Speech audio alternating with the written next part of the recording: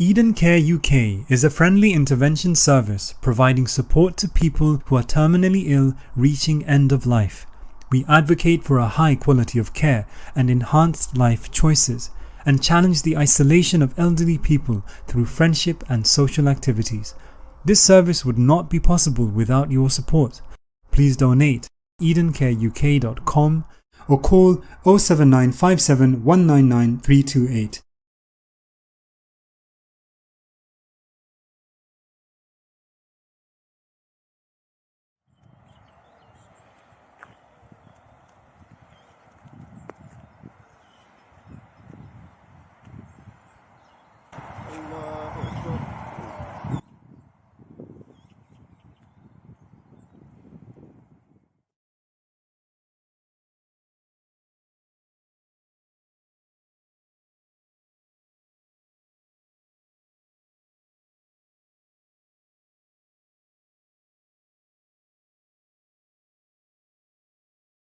আসসালামু আলাইকুম। ও আমার বোনজি, তাইনোর আব্বা আম্মা নাই, আমারও তো ঠিক নাই বিয়া দিবার। আর তাই তোরারে দিবা নে, আমরা দোয়া করবো নি, তোরা সাহায্য করছো।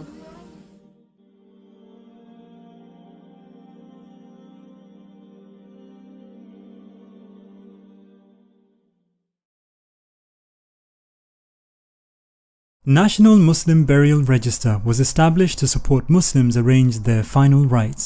This service caters for Muslims who have no one to carry out their Islamic burial rites upon their death, including funeral planning and burial after their demise. Get in touch for a friendly chat and discuss our eligibility criteria. muslimburialfund.co.uk or call 07957 199 328. National Muslim Burial Register is a service offered 10 বছর আর আম্মা 7 বছর মারা গেছে। মা বাপ কেউ নাই না? না। তোকে তো বিয়া ঠিক করছেন কোনো? ও ঠিক করছি তো অনেক আজারাতা সাহায্য লাগি রে বাবা। আমি থাকি আপনার কাছে আপনার জানি আমি ফুরি গুতারে একবার দিতাম।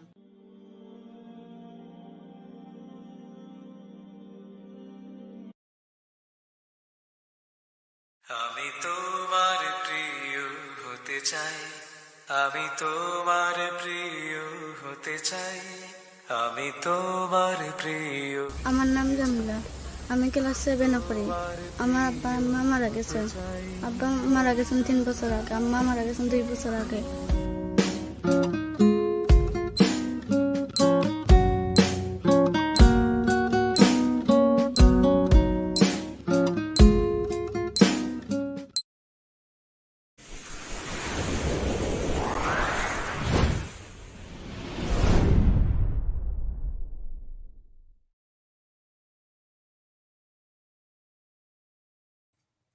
Assalamu alaikum wa rahmatullahi wa barakatuh.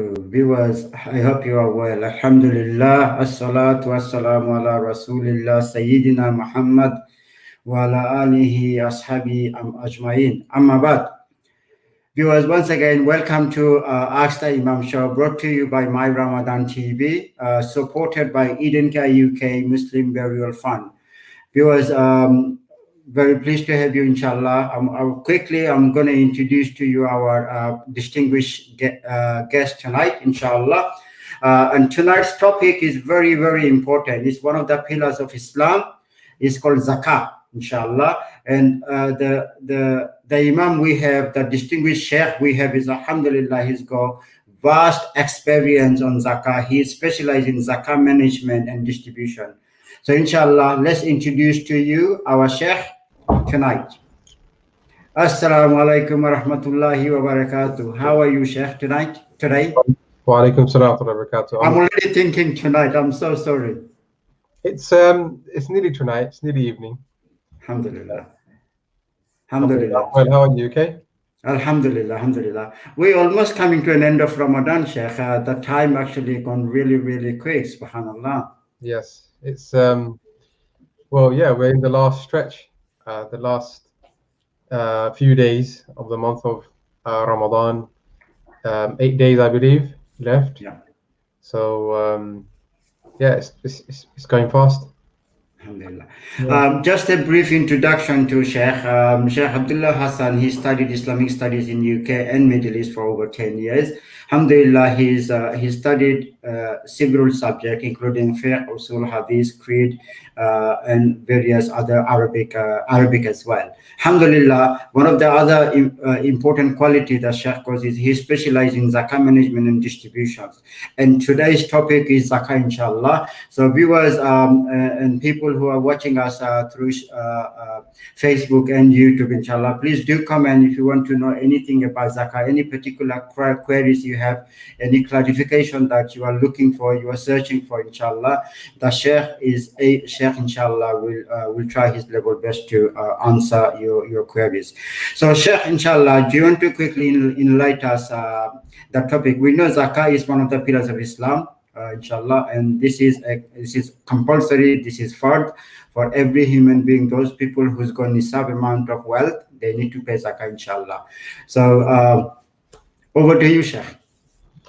Jazakallah khair. Bismillahir-Rahmanir-Rahim. Alhamdulillahi Rabbil Alameen. Wassalatu wassalamu ala Rasulil Kareem wa ala alihi wa sahbihi ajma'in. Allahumma la sahla illa ma ja'altahu sahla wa anta taj'alul hazna idha shi'ta sahla. اللهم صل على محمد وعلى ال محمد كما صليت على ابراهيم وعلى ال ابراهيم انك حميد مجيد. اللهم بارك على محمد وعلى ال محمد كما باركت على ابراهيم وعلى ال ابراهيم انك حميد مجيد. وبعد. Assalamu alaikum wa rahmatullahi wa barakatuh. My dear respected brothers and sisters, those who are watching, those who are going to be watching later on, I pray that you are well. I pray that Allah subhanahu wa ta'ala is keeping you safe and you are benefiting from the last few days of the month of Ramadan. As Brother Habib mentioned,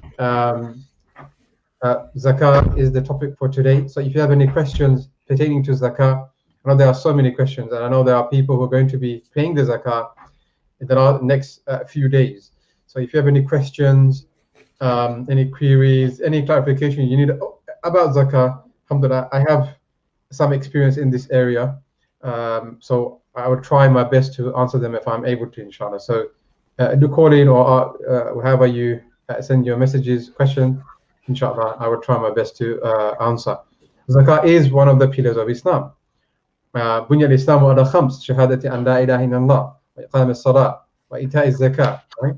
That Islam is based on 5 pillars, and then Prophet mentioned those 5 pillars. Shahada, as-salah, and giving of the zakah, paying of the zakah. Zakah is obligation. It's the bare minimum that a Muslim needs to do. This is very, very important point. It's the bare minimum a Muslim must implement, right? So in one sense, zakah is not a form of ihsan or doing good, because sorry, everything in Islam is a form of doing good. We know that, whether it be fard or nafila or sunnah, is a form of ihsan. But the fara'id are the basic necessity. The fara'id are those things that if you do, you will go to paradise. If you don't, then you will be censored, right? Then you'll be blamed. You'll be blameworthy by Allah subhanahu wa ta'ala. So it's the bare minimum. So for example, as a citizen of this country, of the UK, basic requirements that we have to do. If you don't, then we'll be in trouble. If we don't pay our taxes, for example, right, we'll be in trouble, right? There's no way of getting out of taxes, right? Or maybe for Amazon, there's a way, but for people like us, there's no way of getting out of paying taxes, right? Similarly, right, zakat, there is no way out of paying zakat. Some people might be able to get out of paying zakat, but in this dunya they might get out of it, but in the hereafter they will not be able to get out of it. Allah subhanahu wa ta'ala knows everything, right? So there are certain requirements that we have to fulfill. This is our identity. Zakat is part of our identity. Who are you? I'm a Muslim. What does that mean? I pray 5 times a day. I fast in the month of Ramadan. I pay the zakah. I go to Hajj if I'm able to. This is our basic identity. So beyond that, so that's bare minimum that we have to do. As Muslim, we have to also give more.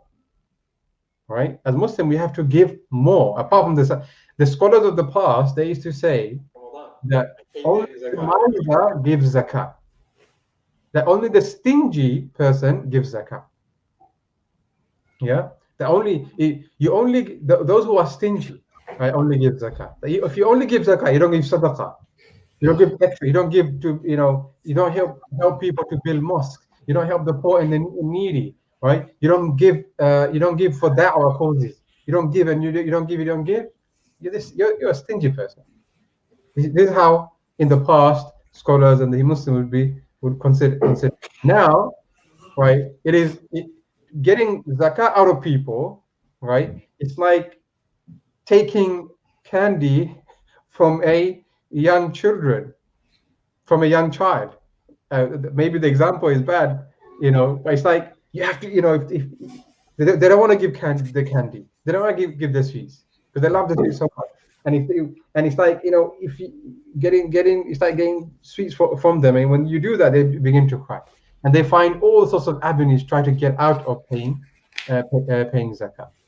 That should have been the case, right?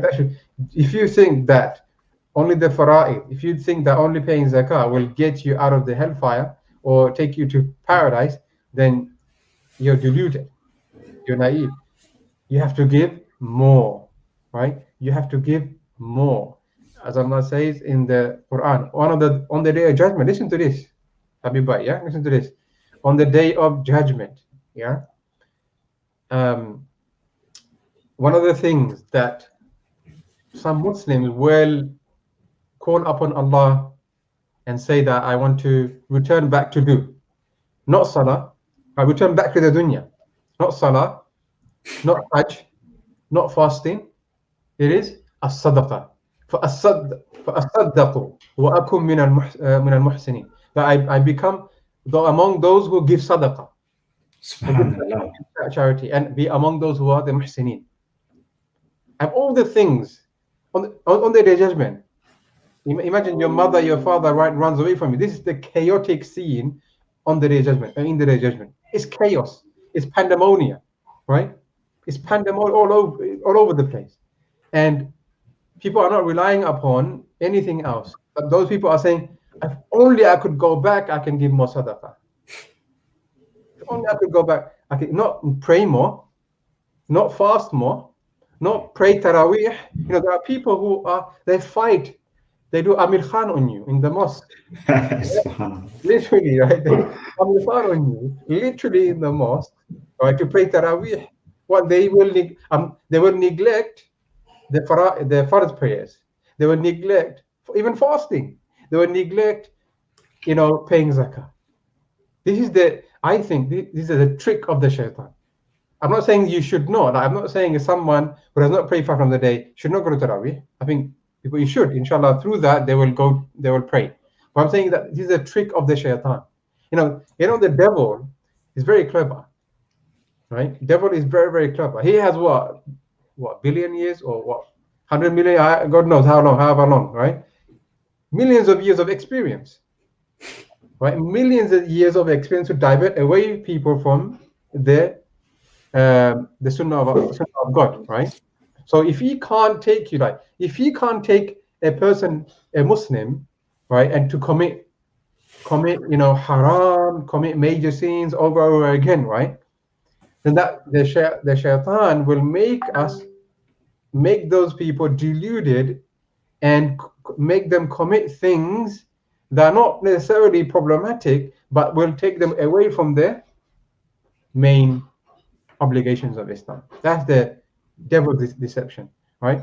So just to summarize, before we go to the question, that paying zakah is obligation. It's obligatory. If you don't, you'll be sinful, right?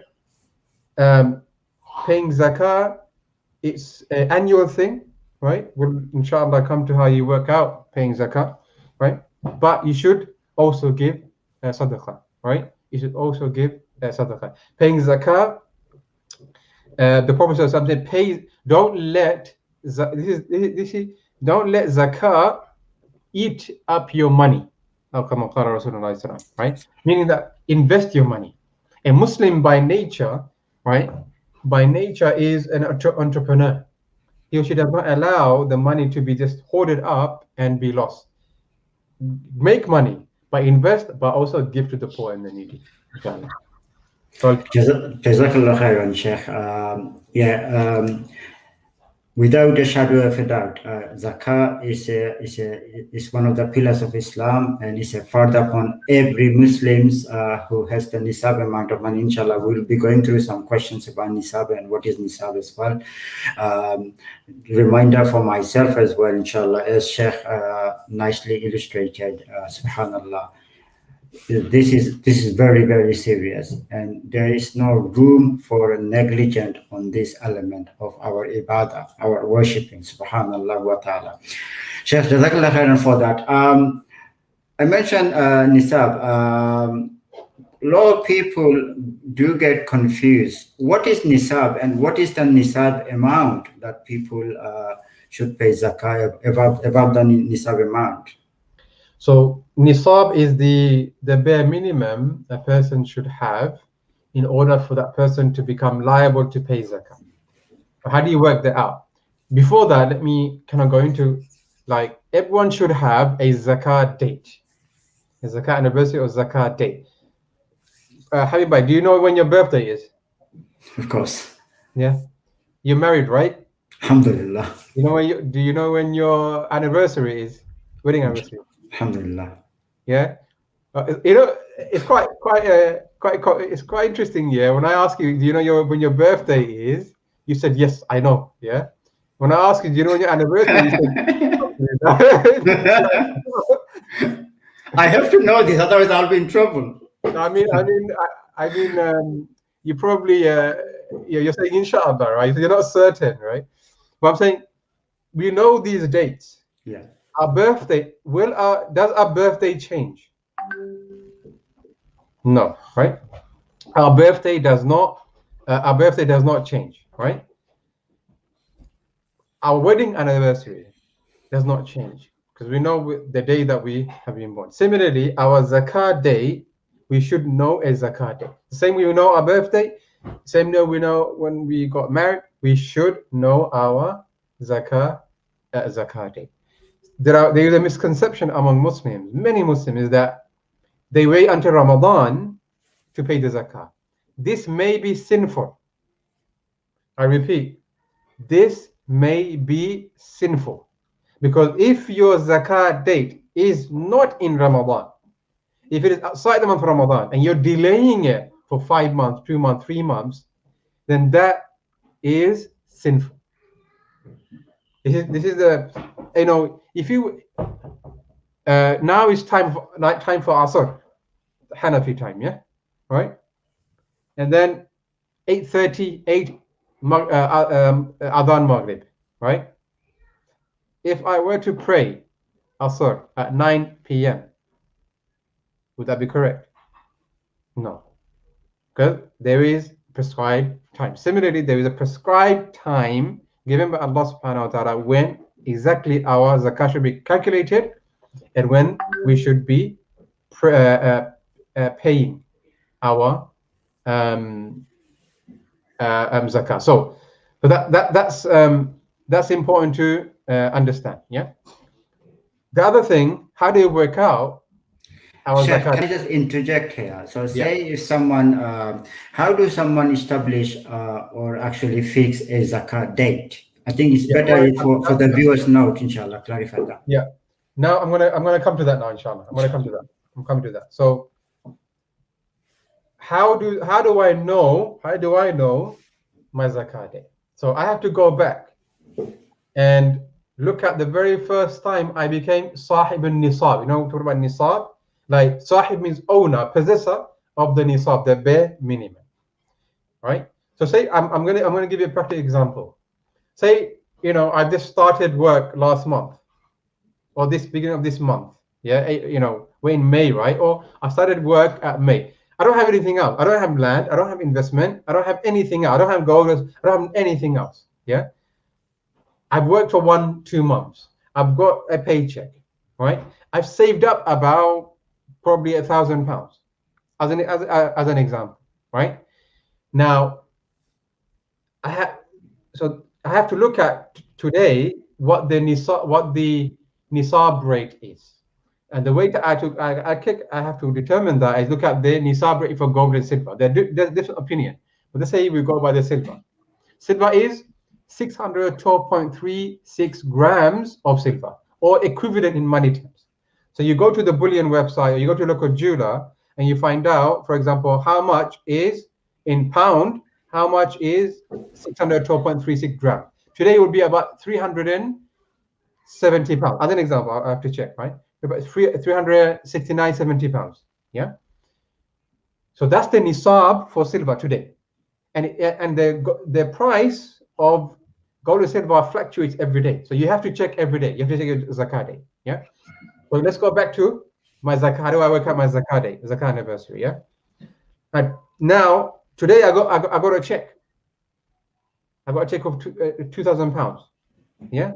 I'm going to spend about £1,000 today, right? I'm going to save. I'm going to keep £1,000. Yeah. Now, I have to look at, and today is the very first time in my life I've got this amount of money. So I have to look today. Essentially, today starts my zakat day. Does that make sense? Sure. Yeah. Today is my zakat day commencement. But because today is the very first time that I receive that amount of money, I don't, and £1,000 is above how much we said silver nisab? 370 pounds. 370, right? Is it above or below? It's above, right? So do I pay zakat today? No, because it's the very first time in my whole entire life I wait this time. Today is what? Which 22nd Ramadan, yeah? Yeah, 23rd Ramadan. Well, yeah, 22nd. Now it'll be 23rd Ramadan. Yeah, so 23rd Ramadan. So 23rd Ramadan, right? 23rd Ramadan, 1442 this year. This time next year, 23rd Ramadan, 1443. You go by the lunar calendar, the Islamic calendar, not the Gregorian calendar, because the lunar calendar is different from the Gregorian calendar. So 23rd Ramadan, 1443. Next year, I have to calculate, see how much wealth I have, and if it's above the nisab, I pay my zakat, and that is my zakat day every year. That zakat day will not change. Yeah, except in one situation. If I become bankrupt. If I become bankrupt, I have nothing, then my cycle starts again. The next time I become sahib al-nisab, that's the day I have to calculate my zakat. I don't know if that makes sense. Yeah. So now we know now. So a lot of people might be asking, how do I know? I've been working 20, 30 years, and I've been paying my zakat just randomly in Ramadan, 27th night. Well, brother and sister, that's wrong. You have to go back. You have to look at your bank statements. You have to look at your assets and look at estimate. If you can't be approximate, now some people might say, "Oh, this is a guess." Even some, unfortunately, ill-informed scholars who are not experts in this area, they'll say, "Oh, this guess," right? No. Can you guess the time for dhuhr and pray? No, you can't. You have to know whether the time has entered, right? Now, you only can guess when you are not sure 100%, right? Then you can be as close as possible. Yeah, be as close as possible. If you don't want to do that, but at least choose last year, what date were you paying? Maybe first of Ramadan. You pay at the first of Ramadan every month, every year. You don't change. You can't change it. Some people ask me, can I change my zakat date? I say to them, brother, sister, can you change your birth date? You can't. It's divinely inspired. It's divinely inspired. Yeah. So I hope that makes sense. So nisab. Now let's go to nisab, right? So how do we work out how do I know that I am liable to pay zakat? When do I pay zakat? And how do I know I am eligible to receive zakat? So two different things, yeah? Is having, like, for example, in the UK, if you earn, the government, and it's quite, UK, although there's a lot of problems, is one of the best countries in the world, yeah? Right? There's a lot of problems, but I can't see myself living anywhere else at the moment apart from London, UK, yeah? And that's why we have to make this country, this society, a better country for everyone, right? Now, in the UK, if you earn below a certain amount, are you liable to pay taxes? No. I think what is it? I think 11K or 15K? 12,500 this year. 12,500, right? If you earn below that, equal to that or below that, you don't have to pay your taxes, because that's the bare minimum that you should have according to the government statistics and research, that in order, and if provided you housing and there's welfare and whatnot, that's the bare minimum you should have in order to survive, not flourish, but at least survive. Does that make sense? So similarly, we have the same rule in Islam, in Zakat. So Zakat is a natural thing, right? It's by intuition we come to that. The welfare state, was an Islamic conception by Umar ibn Khattab radiallahu anhu. It wasn't invented by us in the West. It's an Islamic invention. Yeah, that's another topic, maybe for another day. So what I was saying is that there's a bare minimum of assets, not money, assets that I have to own in order for me to become liable to pay taxes, liable to pay, i.e. zakat. If I have below that, then I don't have to pay my taxes. I don't have to pay my zakat. I can receive the zakat. Does that make sense? Now, how do we work that out? I can't guess, right? For example, Jeff Bezos, Amazon, they guess and they made the estimation they don't have to pay zakat. They don't have to pay the taxes, right? The guy was $400 billion worth. Amazon is one of the leading, right? They guess that they're too poor to pay zakat, pay the taxes. Well, Muslims like you and I, well, at least I'm speaking for myself, right? I probably pay more taxes than Jeff Bezos. It's not an exaggeration. I read an article on the Guardian one. There are people, working class people like you and I, pay more taxes than big of these corporations. And it makes me sick. It makes me sick. These filthy people. Yeah. Right. We actually, they're the scroungers. The real scroungers are them. Right. Look at some of the politicians. Right. They're spending our money, taxpayers' money, 100K to have a driver, 200K to have a driver to take from for 1 mile from here to there.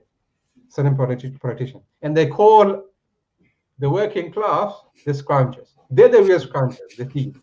Yeah, right. Like the reason I mentioned this, it relates to zakat also, right? Now, so how do you determine that? We can't determine that. I can't determine that. It's determined by God and His Messenger. Determined by Allah and His Messenger. And the Prophet said, you go by the silver or the gold nisab measurement. And the Prophet said the gold measurement is 87.48 grams of gold. 87.48 grams of gold. And silver is 612.36 grams. Remember, before, in the olden time, they didn't have fiat currency. They didn't have pound, sterling, or euro. They used to deal with gold and silver coins. So their measurement was based on that.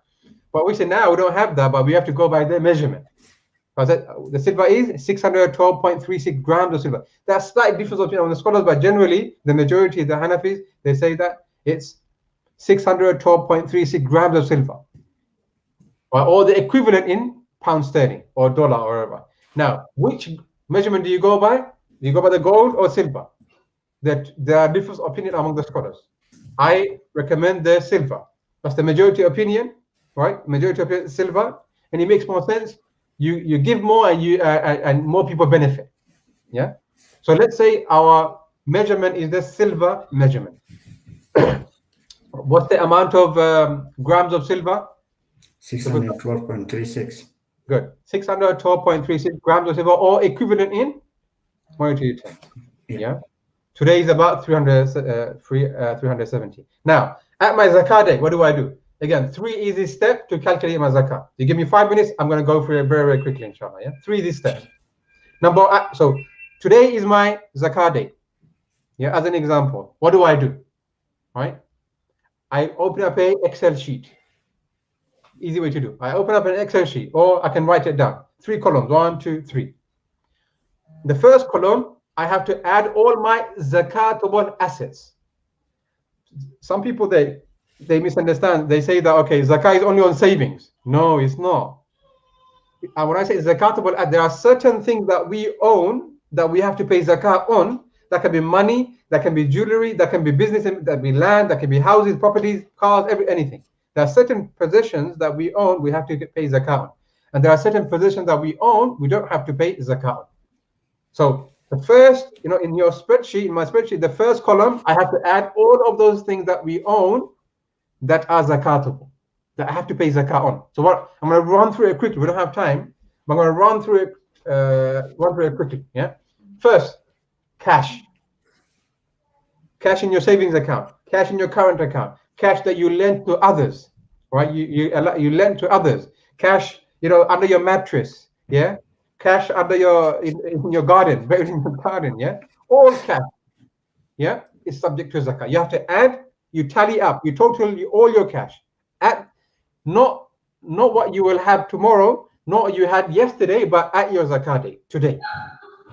The balance sheet calculation at your zakat date. Does that make sense? Yeah? That's number one. You tally it up. It's not only on your savings. It's on your savings accounts, in your current account, and the money that you lent to. Yeah? Now, the second thing in my first column is cryptocurrency. Well, you have to value it in pounds. There's the specific rulings for different types of cryptocurrency, but generally value it in pound currency, and you add that also. Yeah, that's number one. Number two, gold and silver jewelry. You add that. The value of it, you add that. How do you determine the value of the gold and silver jewelry? You call your local jeweler, and he will know, and he will know, or she will know the value of the gold and silver today. Easy. Or if you can't, go to bullion.com and it gives you the current live gold and silver per gram, how much it is. Yeah, you add that in your first column. Jewelry, whether you wear it or not, according to the majority in the Senate's opinion, that you have to pay zakat. Whether you wear it or not, you pay zakat. Yeah, that's number three. Number four, any business tradable goods. So anything that I buy to sell is business good. Yeah, anything I buy to sell is a business good, right? So if I buy a pen for £1 and I sell it on eBay for £2, I pay zakat on the £2. That's the principle. Anything I buy and sell, yeah. You mean pay zakat for £1 the profit? No, I'll come to it. Say as an example, say I've got Amazon shop, Amazon Market, for example, or eBay, or I've got a thobe shop, as an example, better, or sari shop, yeah, thobe sari shop, yeah. Now I'm a specialist in thobes, yeah. I like asil thobes and daf'a thobes. I don't buy anything else. I buy asil thobe and daf'a thobe. I've got 1,000 units of asil and daf'a thobes. I bought those 1,000 units for £5 each, wholesale. Yeah, I'm going to sell each of them for £20.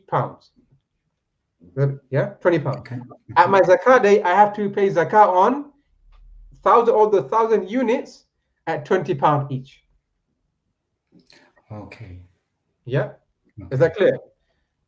Any business items, I have to pay zakat on the retail price, the market price. The market price. Yeah. Okay. Now, unfinished goods. So if I have a shop, tailor, for example, or I have a tailor at the back, and that tailor is making me nice asil, yeah, or I have a brand myself, yeah, Hassan's thobes, yeah, Hassan thobes. Alhamdulillah. As an example. Now, the thread, the cloth, right? I have to still pay zakat on them, but I only pay zakat on the buying price, the money I spent, not on the selling. Any finished goods, like the thobe is finished, right, ready to sell, I pay zakat on the market price. Is that clear? That's a general principle for anything, right? So that's the fourth item I need to add in. The fifth item I need to add is any investment that I have put in, shares and stocks. Yeah, shares and stocks. Now, depending on the intention here depends on the intention, right? So if I bought the shares and stock with the intention to sell later on, I have to pay zakat on the market value of those shares at my zakat date. So I bought the shares for £10,000 as an example. Yeah, £10,000 a month ago. Today, those shares, and I want to sell it, make a profit. But today at my zakat date, those shares cost 20k. Do I pay zakat on the 10k or 20k? 20k. 20k, good, right? Because I bought with the intention to sell. That's one, number one. Number two, if I bought the shares with the intention to like long-term profit, I don't want to sell, but I want to get dividends from it, right? I don't pay zakat on the entire value, asset value. I pay zakat on any dividends, any money I receive at my zakat day, and I should pay zakat on the any underlying zakatable assets of the companies that I bought the shares from. Now, that can be very complicated. If you have an accountant, a financial advisor, they may do that, right? And if you can do that, you should, because you can go to BT, you can go to different companies, and the financial advisor they can go to the fact sheets of those companies, and they will look at the zakatable assets of the company. Because for example, if I have a business, if I have a shop, right, any item that I buy and sell is zakatable, right? But the actual building is not zakatable. The sewing machine, the fixed asset, that's not zakatable. The fridge I have, the computer I have is not zakatable. So the shares I bought, the companies, I have to see where the underlying zakatable assets, and that can be very difficult to do. Right? Sheikh, sorry to interject. So you mentioned about equipment and machineries and all that. So if you have a large plant house and if you have lots of machineries which cost a lot of money, obviously if they dispose it, if they sell it, they get some money retention. You have to pay zakat. You have to pay zakat when they sell it, but while they're using it, they don't pay zakat. When they're using it and it's their part of the business, right? They're not selling it. It's a fixed machinery, right? There's no zakat on it. Okay. There's no zakat on it. Otherwise, it'd be very, very difficult for businesses. Very, very difficult for businesses. Yeah. So where were we? So second, shares, right? So you have to ascertain the zakatable asset. That can be very difficult. I know there are some kind of charities, they go by estimate percentage, 40% or 25% or 20%. I'm not saying that's wrong. I'm saying is that, well, 1 year you're saying this amount, another year you're saying this amount. You have to right. You can't change it every year, right? Pick and choose. Ideally, you should. And if you have stocks and shares, financial advisor, they probably know how to do it. Yeah, and you can be as close as possible, right? Rather than having a guess. If you can't do that, then what the scholars say is that you go by the current market, the current value of the shares. Right? Is that clear? Right? So, the fifth item, stocks and shares. The sixth item on my zakat list, remember, right? My zakat list, properties. I get these questions every single year. Now, the property that I bought to live in, there's no zakat. I don't pay zakat. Even if I bought a property that's £1 million, I don't have to pay zakat on it. It's my property. I don't have to pay zakat on it, right? Even if I have 2 properties or 3 properties, I don't have to pay zakat. I live in, yeah, I don't have to pay zakat. Some people will say anything that is excess, you should pay zakat. But for the sake of, let's say, you don't have to. But those people who have 2-3 houses that they live in, it's rare, but there may be some. If you have excess, then you should pay zakat on it. Yeah. But let's, for the sake of argument, say no. Anything that it's your personal usage, there's no zakat on it. That's number one. Property that I bought to sell. It's the same principle as the shares. So I bought a property for 100k last month. Today, this property, I want to sell it. Today, this property is 200k. Because I want to sell it. How do I go? I go to Sheikh Zoopla, or I go to the estate agent and find out the current market price. Yeah. But today I found out Zoopla is 200k. Do I pay zakat on the 100k or 200k? 200k. Good, 200k, because I bought to sell it, right? But if I bought the property with the intention to, the third scenario, intention to buy to let. Yeah. Now I don't want to sell. It's a long-term investment. Yeah. I don't pay zakat on the market rate. I pay only zakat on the rental income I have accumulated at my zakat date. That makes sense. Yeah. Yeah. Any rental income that I have accumulated at my zakat date, I pay zakat on it, not on the entire asset value. Those are the three different scenarios in property.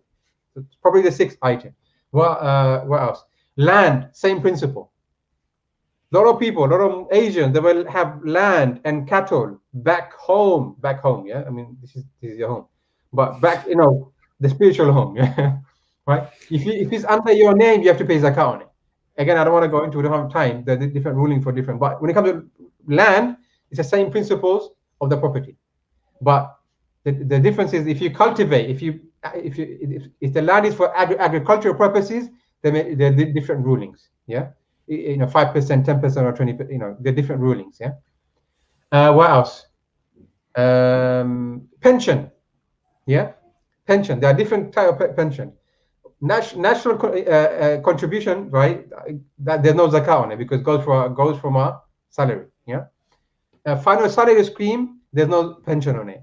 Defined contribution, there's pension on it. Again, same principle. I have to look at the value of my pension pot and pay zakat on it. Now, same principle applies. How do I, my pension pot, the company that I invest in, they can invest in 1,000 different companies. So am I going to every zakat day work out the zakatable assets of those companies? That's why some people say you go by 40%, right? And I would say just go by the value. Yeah, but again, it can be different for different scenarios, and we don't have time to go into it. Pensions can be very complex. The way I look at it is, a person may have £1 million of pension asset, but cash poor. Right, he can't sell it. They're different, but generally that's the ruling I would apply. Yeah, those are the zakatable assets. 7 zakatable assets. I can't, my top of my head. Those are the right. So cash I got as an example. Cash I got. You calculate, brother Habib, yeah. Cash I got 1K. Yeah. Gold and silver I got 1K, 2K. Yeah. Properties I got 1K, 3K. Other items are 1K each. So it costs me £10,000. So I have to tally up all of those things. Tally up, right? Cash, gold, silver, land, everything. I'm tally up how much. As an example, say I've got £10,000. As an example, yeah, I have to total them. That's the first column. Remember the spreadsheet, the first column. What's the second step? Now, is 10K above the nisab, silver nisab today? Yeah, it is. The silver nisab is £370. and it's around that, right? 270. 10K is definitely above that. Now, that means I am sahibun nisab. That means I have to pay zakat, right? So I've done the first thing. The second step, I am able to deduct liabilities. So what are the things I can deduct from that 10K? Yeah. Number one, any outstanding bills I can deduct. Yeah. Not future bills, not bills that I've already paid, any bills that are due. I've got a letter from the council, a letter from the EE Energy, whatever, right? That your bill is due, I can deduct at my zakat day. Yeah. Any rent arrears, right? I can deduct. Yeah. If I own a business, a shop, if I have staff, I can deduct the 1 month wages of the staff. Yeah. Any bills that are outstanding, as I said, those are the things that I can deduct. Like a mortgage, for example. A lot of people ask it, right? I don't want to go into the discussion about whether a mortgage is halal or haram. Yeah, I don't want to go into that. Yeah, but mortgage is a long-term debt. Now, mortgage you pay off what? 25 years, minimum 20 years, right? Every month you pay off. Now, that's a liability, but can I deduct that amount? No, I can't, because if Islam says you can deduct the mortgage from your zakat calculation, then millions of people every year will not pay zakat, and it will be unfair. Islam will be unfair. So should they proportion it for a year, zakatable anniversary? The opinions.